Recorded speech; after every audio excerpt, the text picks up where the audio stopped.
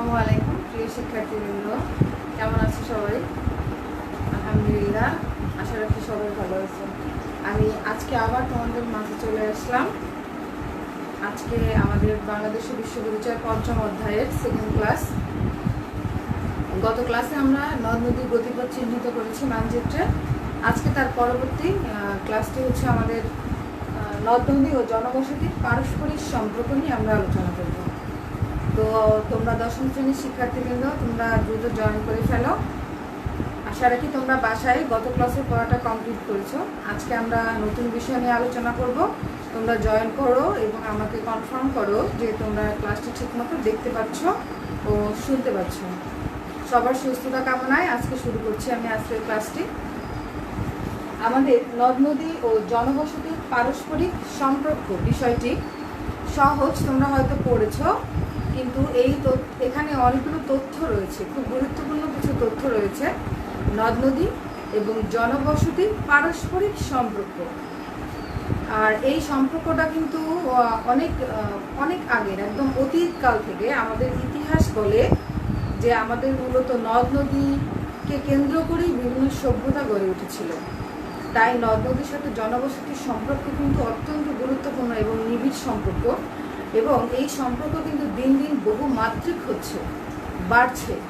যেমন আগে সম্পর্কটা ছিল জনবসতি গড়ে উঠত জীবন ধারণের জন্য, কিন্তু বর্তমানে এই নদ নদীর সাথে মানুষের সম্পর্ক বা জনবসতির সম্পর্কগুলো আরও বহুমাত্রিক আকার ধারণ করছে, সম্পর্কগুলোর ব্যাপকতা বৃদ্ধি পাচ্ছে। তো এখানে আমাদের এই অনেকগুলো তথ্য তোমাদের বইতে রয়েছে। সেই তথ্যগুলোকে আমি চেষ্টা করব সংক্ষেপে তোমাদের কাছে উপস্থাপন করার জন্য, যাতে তোমরা এগুলো একটু মনে রাখতে পারো, ইজিলি মনে রাখতে পারো। কিছু সংক্ষিপ্ত কোটেশনের মাধ্যমে বা পয়েন্টসের মাধ্যমে কীভাবে তথ্যগুলো মনে রাখা যায় সেটাই আমি চেষ্টা করব আজকে। তোমাদের বইয়ের কততম পৃষ্ঠায় রয়েছে আমাদের আজকের পাঠটি একটু জেনে নাও, সবাই বই নিয়ে নাও সামনে। আজকে আমাদের রয়েছে ৭৬ পৃষ্ঠা এবং বইয়ের ৭৭ পৃষ্ঠায় রয়েছে নদ ও নদী জনবসতির পারস্পরিক সম্পর্ক। এখানে এই সম্পর্কগুলো কিন্তু অনেক ব্যাপক এবং গভীর সম্পর্ক রয়েছে। তো শিক্ষার্থীরা, তোমরা দ্রুত জয়েন করে ফেলো ক্লাসটিতে এবং আমাকে একটু রেসপন্স করে জানাও, কমেন্টসে তোমাদের নাম রোল জানাও। দেখো, আমি এখানে কিছু লেখা লিখে রেখেছি। দেখো, এখানে প্রথমেই আছে বুড়িগঙ্গার তীরে ঢাকা, শীতলক্ষার তীরে নারায়ণগঞ্জ, সুরমার তীরে হচ্ছে সিলেট, গোমতীর তীরে হচ্ছে কুমিল্লা। এখানে এই 4টা পয়েন্টস আমাদের আজকের যে পড়া পাঠ, এই পাঠের সাথে অত্যন্ত গুরুত্বপূর্ণ। দেখো, এখানে আমরা বলি ঢাকা বাংলাদেশের রাজধানী। ঢাকা কোথায় অবস্থিত? বুড়িগঙ্গা নদীর তীরে ঢাকা অবস্থিত। তারপর দেখো, শীতলক্ষার তীরে নারায়ণগঞ্জ, সুরমার তীরে সিলেট, গোমতীর তীরে কুমিল্লা। তেমনি কিন্তু আমাদের আরও অনেক আগের অতীতে ইতিহাসে দেখা যায় বিভিন্ন সভ্যতাগুলো কিন্তু আমাদের নদী কেন্দ্রিক গড়ে উঠেছিল। যদি তোমরা জানতে চাও যে মিশরীয় সভ্যতা, সিন্ধু সভ্যতা, মেসোপটেমিয়া সভ্যতা, বিভিন্ন পুরনো সভ্যতা ছিল যেগুলো এরকম নদ নদীকে কেন্দ্র করে গড়ে উঠতো, ঠিক তেমনি আমাদের এই যে শহরগুলো দেখো এখানে এই বিভিন্ন নদীকে কেন্দ্র করে গড়ে উঠেছে। তাহলে শিক্ষার্থীবৃন্দ, আজকে আমাদের এই যে 4টা বিষয় আমি উল্লেখ করেছি, এটা আমাদের এই পাঠের সাথে গুরুত্বপূর্ণ। তার সাথে হচ্ছে তোমরা একটু জেনে নাও অবজেক্টিভের জন্য যে শীতলক্ষার তীরে নারায়ণগঞ্জ, তাহলে নারায়ণগঞ্জ কোন নদীর তীরে অবস্থিত? শীতলক্ষা। তার সাথে সিলেট সুরমা নদীর তীরে, কুমিল্লা গোমতী নদীর তীরে। এই 4টা আমাদের অবজেক্টিভের জন্য গুরুত্বপূর্ণ, সেজন্য আমি বলে দিলাম। তার সাথে এই যে জনবসতির পারস্পরিক সম্পর্ক, এই জনবসতির সাথে এই পারস্পরিক সম্পর্কটা এখানেই আমরা বুঝতে পারতেছি যে কেন নদ নদীর সাথে আমাদের কেন সম্পর্ক, কী ধরনের সম্পর্ক, ঠিক আছে, সেটাই আমি ব্যাখ্যা করব।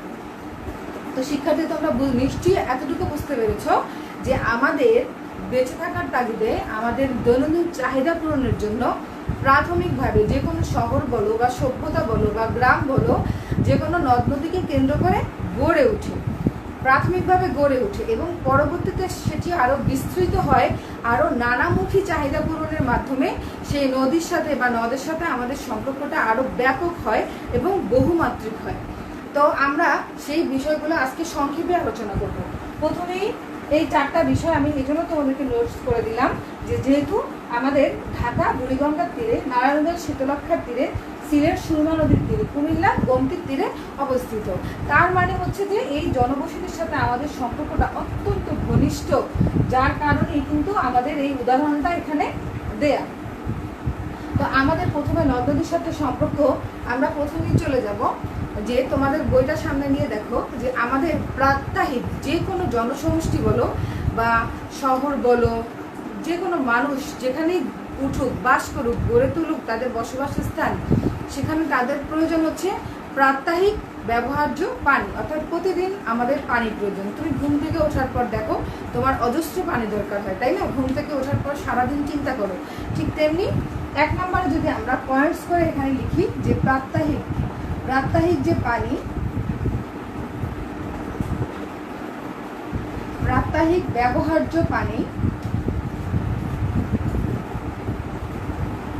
অর্থাৎ এই পয়েন্টসটা নিয়ে আমি প্রথমে আলোচনা করব। দেখো শিক্ষার্থীবৃন্দ, নদ নদী ও জনবসতির পারস্পরিক সম্পর্ক, তাহলে যে কোনো জনবসতি হোক, সেই জনবসতিটা যদি কোথাও গড়ে ওঠে তার প্রথমেই দরকার হচ্ছে প্রাত্যহিক ব্যবহার্য পানি, অর্থাৎ প্রতিদিন তাকে যে ব্যবহারের জন্য পানিটা প্রয়োজন হয় সেই পানিটা তাকে কী করতে হয়? সংগ্রহ করতে হয়। কোথা থেকে সংগ্রহ করবে? তাহলে সে প্রথমে প্রাথমিক অবস্থায় তুমি ভাবো যখন কোনো শহর, গ্রাম, নগর গড়ে ওঠে বা কোনো সভ্যতা গড়ে ওঠে, তখনকার কথাটা চিন্তা করো যে তখন তারা চিন্তা করবে যে কোন জায়গাতে থাকলে আমাকে প্রতিনিয়ত আমি পানিটা পাবো, প্রাত্যহিক ব্যবহার্য পানি, প্রতিদিন আমি যে ব্যবহার করবো সেই পানিটা। তাহলে নদ নদীর সাথে জনবসতির সম্পর্ক হচ্ছে এখানে দেখো যে আমি প্রতিদিন যে পানি ব্যবহার করব সেই পানিগুলো আমরা কোথা থেকে পাবো? সেই পানিগুলো আমরা এই নদ নদী থেকেই পেয়ে থাকবো। এই নদ নদী থেকেই আমরা এই প্রাত্যহিক ব্যবহার্য পানিগুলো পেয়ে থাকবো। তাহলে প্রতিদিন ব্যবহারের পানি সংগ্রহের জন্য বা পাওয়ার জন্য আমাদের এই জনবসতির সাথে এই নদ নদীর কী সম্পর্ক রয়েছে? গভীর সম্পর্ক রয়েছে। তাহলে 1 নম্বর পয়েন্টসটা আমরা এভাবে বলতে পারি যে জনবসতির সাথে নদ নদীর সম্পর্ক অত্যন্ত গভীর। কেন?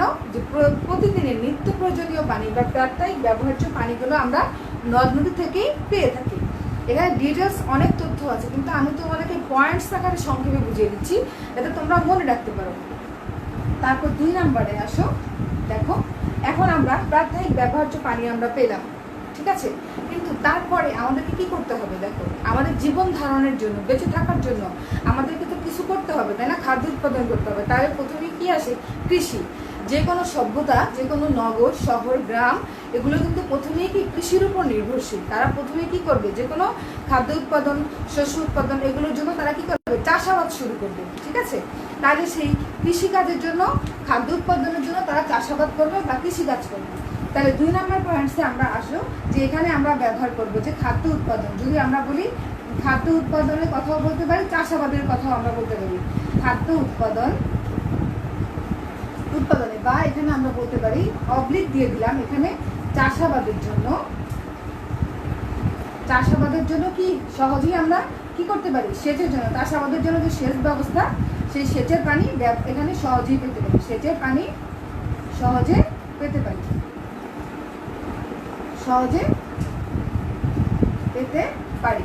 আচ্ছা, তাহলে শিক্ষার্থীবৃন্দ একটু লক্ষ্য করো যে যদি আমরা প্রথমে আমাদের প্রতিদিনের প্রয়োজনীয় পানি আমরা পেলাম নদ নদী থেকে, তারপরে আমাদের জীবন ধারণের জন্য বা আমাদের খাদ্য উৎপাদনের জন্য বা চাষাবাদের জন্য কিন্তু আমাদের প্রচুর পানি প্রয়োজন হয়। তাহলে কি হবে? সেই খাদ্য উৎপাদন বা চাষাবাদের জন্য সেচের পানি আমরা সহজেই পেতে পারি কোথা থেকে?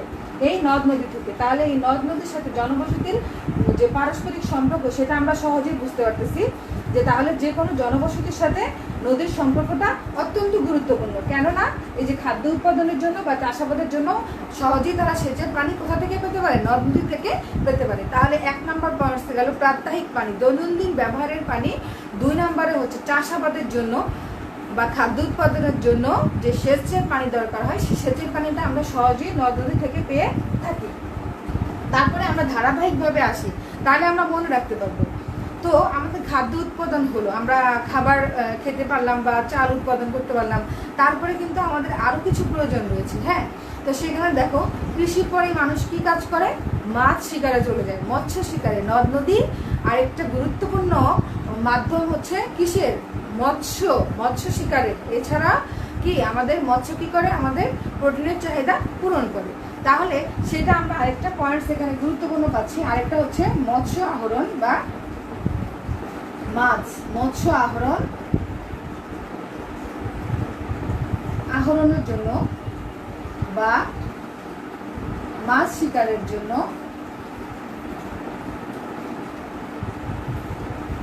নদ নদী গুরুত্বপূর্ণ। মাছ শিকারের জন্য নদ নদী গুরুত্বপূর্ণ।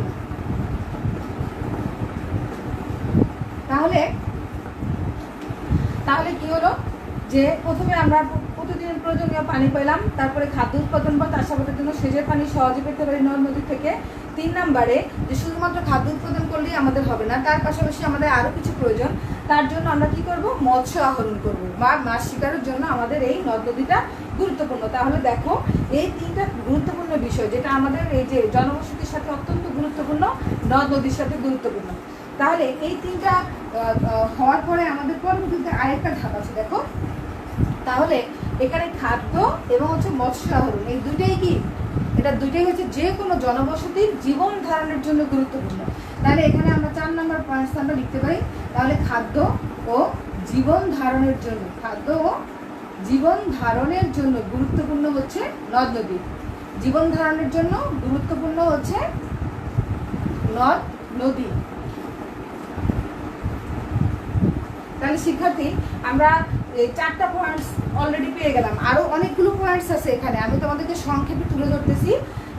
তোমাদের এই তথ্যগুলো হচ্ছে ঢালাওভাবে দেওয়া, যেটা তোমাদের অবজেক্টিভে কাজে লাগবে এবং তোমরা সৃজনশীল অ্যাপ্লাই করতে পারবে এখান থেকে। যার কারণে আমি পয়েন্টস আকারে তোমাদেরকে দেখিয়ে দিচ্ছি কিভাবে তোমরা তথ্যগুলো মনে রাখতে পারবে।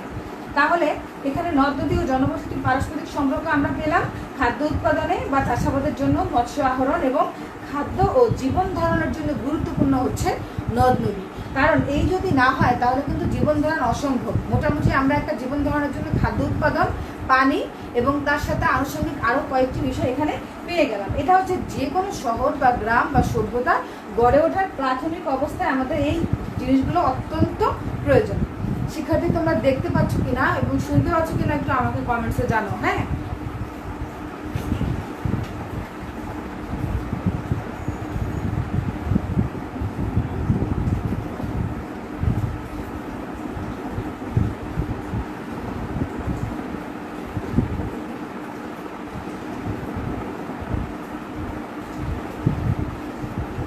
আচ্ছা, তারপরে আসো আমরা এর পরবর্তীতে চলে যাই।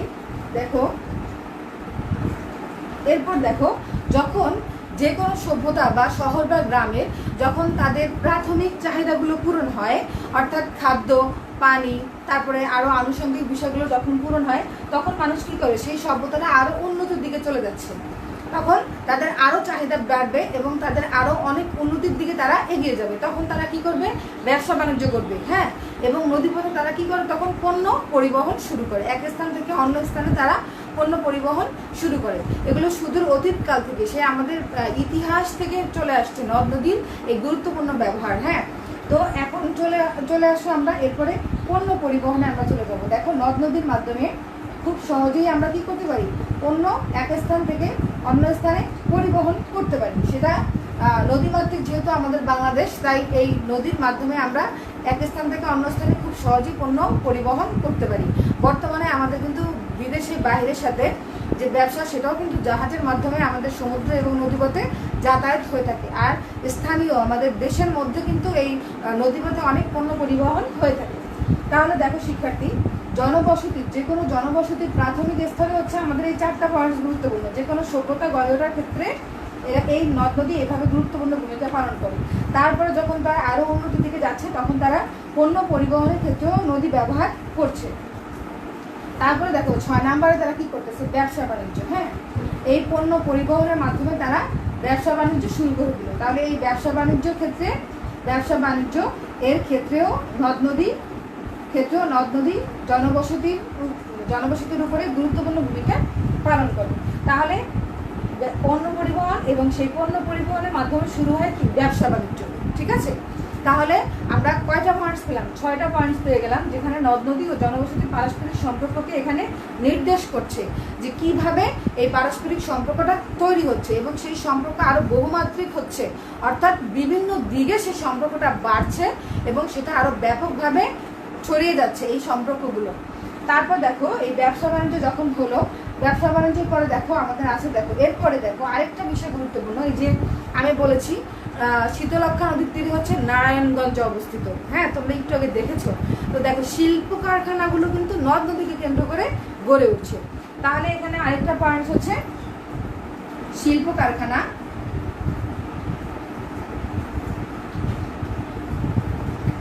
শিল্প কারখানাগুলো নদ নদীকে কেন্দ্র করে গড়ে উঠছে।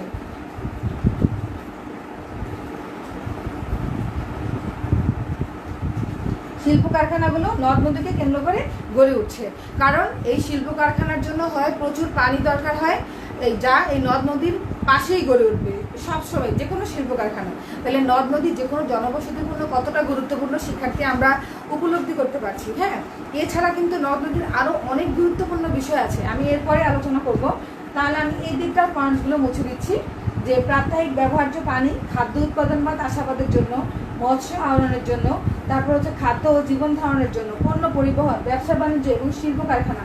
শিক্ষার্থী একটু খেয়াল রাখবে যে এগুলো কিন্তু আমি ধাপে ধাপে বলছি, যে আমাদের প্রাথমিকভাবে কোনটা চাহিদা পূরণ করে নদ নদী, তারপরে পরবর্তীতে ধাপে ধাপে কিন্তু আমাদের এই শিল্প কারখানা পর্যন্ত আসলো। প্রথমেই কিন্তু শিল্প কারখানা নয়, কারণ প্রথমে হচ্ছে মানুষ জনবসতি গড়ে উঠেছে যে আমি প্রতিদিন পানি কোথায় পাবো, তারপরে কৃষিকাজ শুরু করলো, তারপরে হচ্ছে সে কৃষিকাজ হওয়ার পর সে মাছ চাষ মানে মৎস্য আহরণ শুরু করলো বা মাছ শিকার শুরু করলো, তখন নদ নদী কি তাদের গুরুত্বপূর্ণ।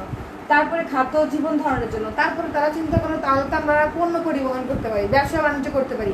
এগুলোর পরে কিন্তু আসছে শিল্প কারখানা, কারণ শিল্প কারখানা হচ্ছে মানুষ যখন আরো আধুনিক হচ্ছে, হ্যাঁ, যখন নদীর সাথে তাদের সম্পর্ক আরো বহুমাত্রিক হচ্ছে, তখন শিল্প কারখানা আসবে।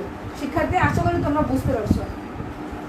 এরপরে শিল্প কারখানা যখন হলো দেখো, তখন আরো গুরুত্বপূর্ণ ভূমিকা পালন করতেছে নদ নদী মানুষের জীবনে, জনবসতির জীবনে। সেটা কি? সেটা দেখো আমাদের যে আধুনিক চাষাবাদ, হ্যাঁ, শিল্প কারখানা আমাদের কৃষিকাজ, কৃষি উৎপাদন যখন আরো বাড়ানো প্রয়োজন হলো, প্রাথমিক অবস্থায় মানুষ যে কৃষিকাজ করতো, তারপর দেখা গেল যে কৃষি উৎপাদন আরো বাড়াতে হবে, তখন তারা কি করলো? আধুনিক কৃষিকাজ শুরু করলো। তাহলে আধুনিক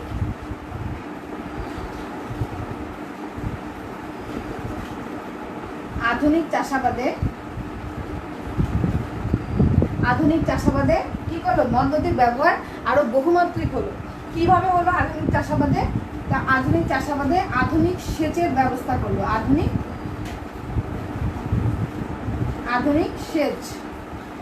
আধুনিক সেচের ব্যবস্থায়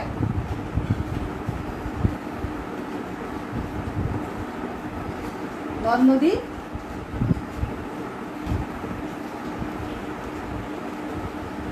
গুরুত্বপূর্ণ ভূমিকা রাখছে। আচ্ছা, এটা আমি একটু পরে ব্যাখ্যা করছি। তাহলে 8 নম্বর পয়েন্টসে আসো, আধুনিক চাষাবাদ। আধুনিক চাষাবাদ কি? বর্তমানে বহুমুখী চাষাবাদ হচ্ছে, এবং দেখা যাচ্ছে যে আমাদের খাদ্য চাহিদা পূরণ করার জন্য আমাদের শীত শেষ হয়ে যাওয়ার পরও কিন্তু আমরা শীতের সবজি পাচ্ছি। এই যে চাহিদা, এই যে নানামুখী কৃষি উৎপাদন বৃদ্ধি পাচ্ছে, সেই আধুনিক চাষাবাদের জন্য আমাদের আধুনিক সেচ ব্যবস্থার দরকার হয়, আর সেটা কিন্তু নদ নদীর মাধ্যমেই সম্ভব হচ্ছে না, তা না হলে কিন্তু কোনোভাবেই এটা সম্ভব নয়। তাহলে আধুনিক চাষাবাদে কিভাবে নদ নদী ভূমিকা পালন করে? দেখো শিক্ষার্থী, এখানে কিছু গুরুত্বপূর্ণ তথ্য রয়েছে।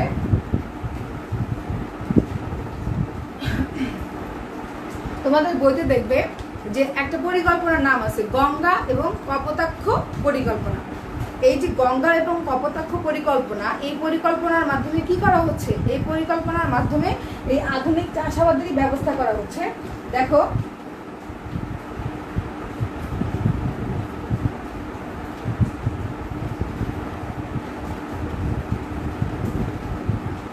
গঙ্গা কপোতাক্ষ পরিকল্পনায়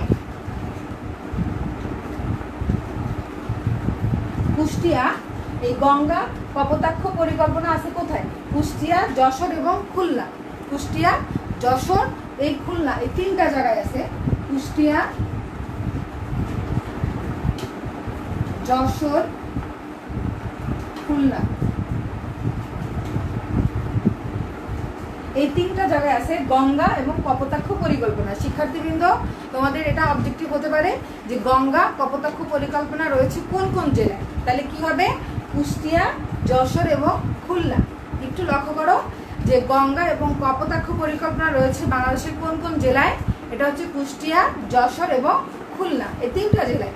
তো এই 3টা জেলায় এই গঙ্গা কপোতাক্ষ পরিকল্পনাটা কি, এটা হচ্ছে এই কুষ্টিয়া, যশোর এবং খুলনার যে বিস্তীর্ণ অঞ্চল রয়েছে, সেই বিস্তীর্ণ অঞ্চলে এই পরিকল্পনার মাধ্যমে আধুনিক সেচের ব্যবস্থা করা হয়েছে। আধুনিক সেচের ব্যবস্থা করা হয়েছে, যার ফলে সেখানে কৃষি উৎপাদন অনেক বৃদ্ধি পেয়েছে। কৃষি উৎপাদন বৃদ্ধি পেয়েছে অর্থাৎ কৃষির উন্নতি হচ্ছে অনেক দ্রুত, এবং এই শুধুমাত্র সেটা এই নদ নদীর জন্যই সম্ভব হচ্ছে। তো শিক্ষার্থী, এই গঙ্গা এবং কপোতাক্ষ পরিকল্পনাটা তোমরা আরেকবার রিপিট করো যে এটা বাংলাদেশের কোন কোন জেলায় আছে। এটা আছে কুষ্টিয়া, যশোর এবং খুলনা। তো সেখানে কি করছে, বিস্তীর্ণ অঞ্চলে আধুনিক সেচের মাধ্যমে কৃষি উৎপাদন বৃদ্ধিতে সহায়তা করছে নদ নদীগুলো। ঠিক আছে, তারপরে আমরা আরেকটা পরিকল্পনায় চলে যাবো, এটা হচ্ছে 9 নম্বর। আচ্ছা, আরেকটা পরিকল্পনা আমরা চলে যাবো, এটা হচ্ছে কর্ণফুলী। তোমরা নাম শুনেছো কর্ণফুলী, আমি গত ক্লাসেও তোমাদেরকে এটা বুঝিয়েছি। হ্যাঁ, কর্ণফুলী নদী কোথায় আছে মনে আছে? চট্টগ্রামে লুসাই পাহাড় থেকে কর্ণফুলী নদীর উৎপত্তি হয়েছে। তো সেই কর্ণফুলী বহুমুখী পরিকল্পনা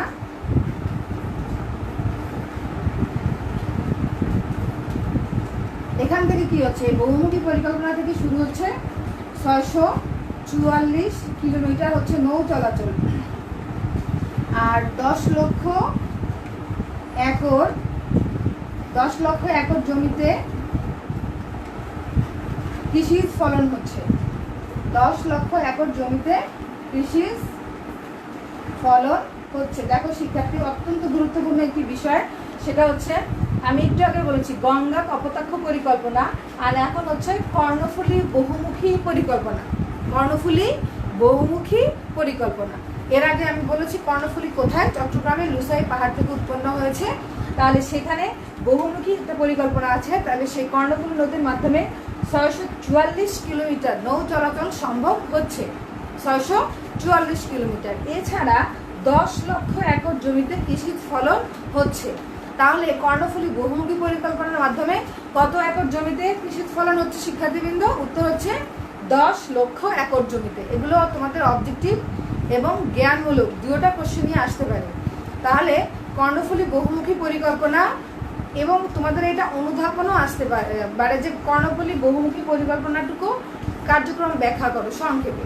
তাহলে সেটা কি, যে এখানে 644 কিলোমিটার নৌ চলাচল সম্ভব হচ্ছে এর ফলে, এবং এখানে 10 লক্ষ একর জমিতে কৃষিজ ফলন হচ্ছে।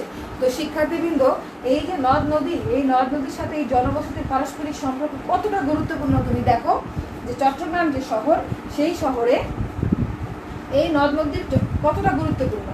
এরপর আমরা চলে আসি আরেকটি বিষয়, এই সেটাও এখানেই আছে। এই যে চট্টগ্রামে এই কর্ণফুলী নদীর এখানে যে কাপ্তাই নামক একটা স্থানে, কাপ্তাই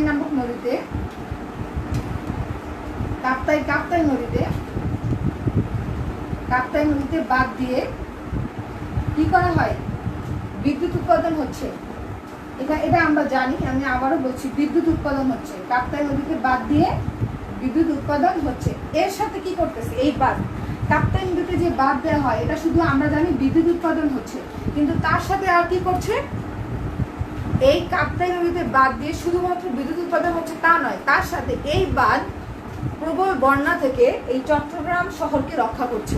প্রবল বন্যা থেকে এই চট্টগ্রাম শহরকে রক্ষা করছে।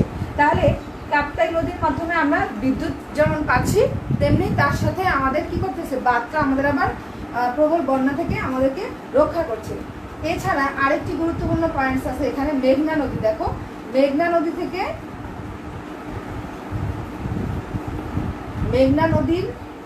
নদীর পানি থেকে আমরা কুমিল্লা, তারপরে নোয়াখালী, চট্টগ্রাম, এই সমস্ত অঞ্চলে, বিস্তৃত অঞ্চলে কি হয়, প্রচুর চাষাবাদ হয়। এবং এই চাষাবাদের ফলে কি হচ্ছে, চাষাবাদের ফলে সেখানে আমাদের কৃষিজ ফলন অনেক বেশি বৃদ্ধি পাচ্ছে। আধুনিক চাষাবাদের ফলে আমাদের খাদ্য চাহিদা পূরণ হচ্ছে। তাহলে খাদ্য চাহিদা পূরণ হওয়ার সাথে সাথে কি হয়, কর্মসংস্থান বৃদ্ধি পাচ্ছে। এগুলো হচ্ছে একদম শেষে।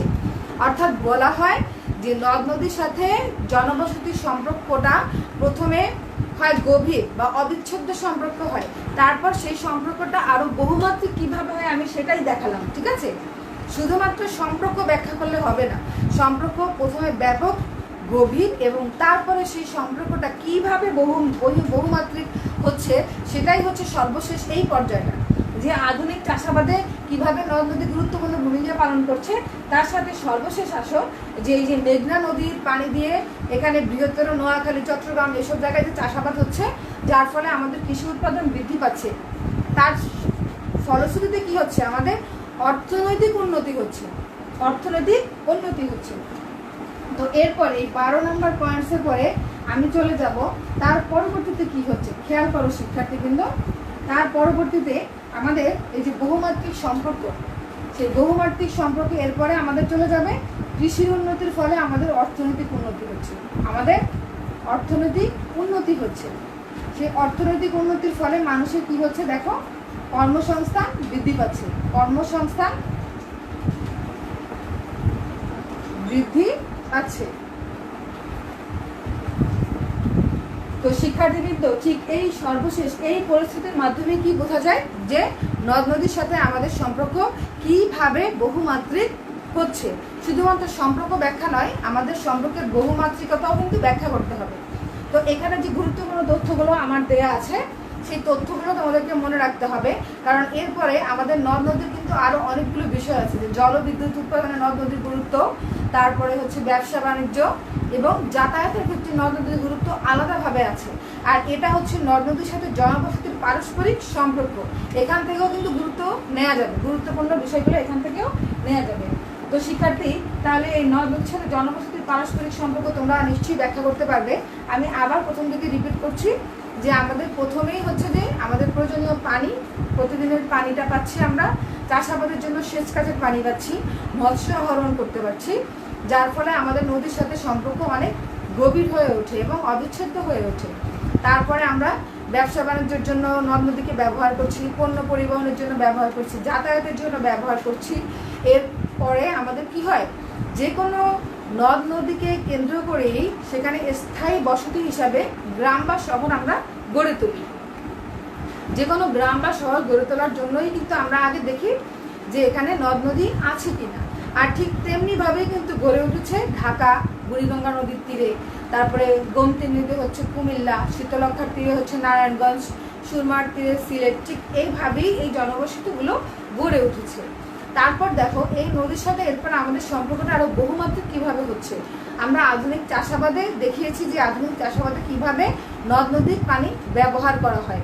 আর সর্বশেষ যে আমাদের অর্থনৈতিক উন্নতি হচ্ছে, কর্মসংস্থান বৃদ্ধি পাচ্ছে, এবং সর্বশেষ হচ্ছে আমাদের কি হয়, সার্বিকভাবে আমাদের এই নদ নদী আমাদের উন্নতিতে গুরুত্বপূর্ণ ভূমিকা পালন করছে। এখন এখানে কিছু কোশ্চেন আমি তোমাদেরকে এখন দিব, দেখো।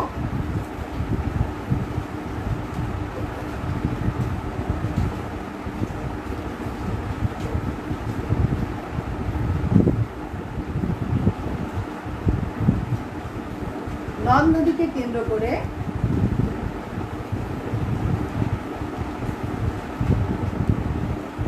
বিভিন্ন শহর গড়ে ওঠার কারণ ব্যাখ্যা করো।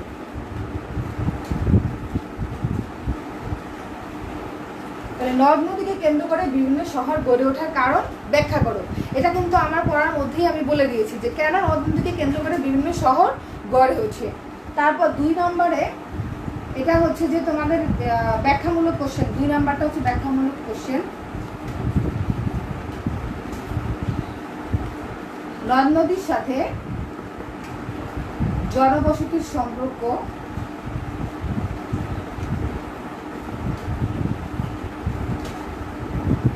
বহুমাত্রিক রূপ লাভ করেছে।